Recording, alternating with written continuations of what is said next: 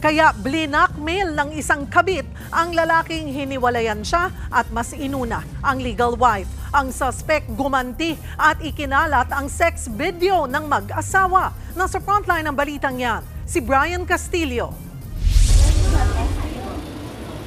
Paiyak-iyak pa ang babaeng yan nang ma-corner at arestuhin ng mga pulis sa isang fast food restaurant sa Dasmariñas City, Cavite.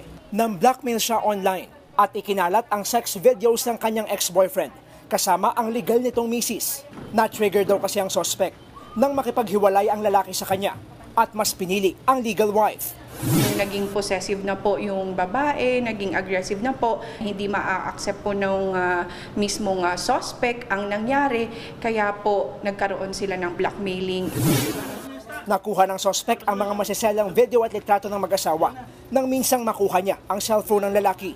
Ang plano ng kabit, manira ng pamilya para sa huli ay siya ang piliin.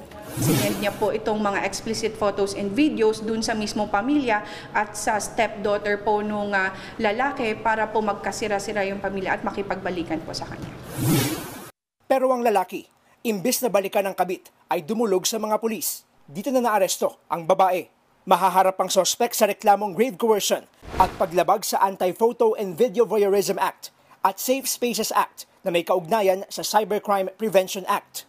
Paalala naman ng mga otoridad, hindi pinipilit ang pag-ibig. Kung meron man po tayong mga karelasyon na ayaw na po sa atin, mas mainam po na pag-usapan po natin at palayain na po natin ang isa't isa.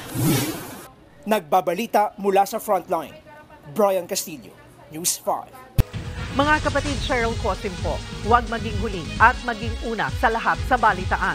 Para sa tuloy-tuloy na talakayan sa Frontline, mag-follow at mag-subscribe sa social media pages ng News 5.